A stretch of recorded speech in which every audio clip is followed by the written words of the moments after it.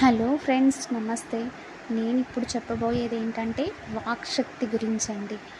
ఈ వాక్శక్తి అనేది ఎంత శక్తివంతమైంది అంటే మనం మాట ఎంత జాగ్రత్తగా మాట్లాడాలి, మనం ఒకరిని దూషించడం వల్ల కలిగే నష్టాలేంటి, మనం ఇతరులతో ప్రేమగా మాట్లాడితే, మనం చేసే పనులు ప్రేమతో చేస్తే కలిగే ప్రయోజనాలేంటి అనేది ఈ వాక్శక్తి మీదే ఆధారపడి ఉంటాయండి.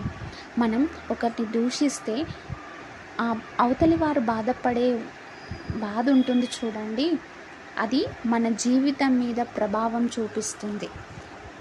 మళ్ళీ గాలి కబుర్లు అంటారు కదండి, ఏమీ ఊసిపోక కూర్చొని మనం మాట్లాడుతూ ఉంటాం.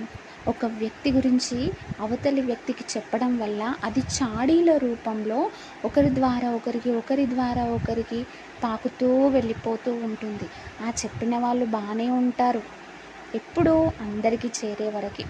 అందరికీ చేరిన తర్వాత వీళ్ళకు ఉంటుంది ఆ వైబ్రేషన్ ఉంటుంది చూడండి, అవతలి వ్యక్తి బాధపడుతుంది కదా, ఆ వైబ్రేషన్ అనేది వీళ్ళ జీవితంలో ప్రభావం చూపిస్తుంది. అందుకే మన వాక్కును చాలా జాగ్రత్తగా ఉండాలి, మనం మౌనంగా ఉండాలి. శ్వాస మీద ధ్యాస ఎంత ముఖ్యమో మాట మీద ధ్యాస కూడా అంతే ముఖ్యమండి.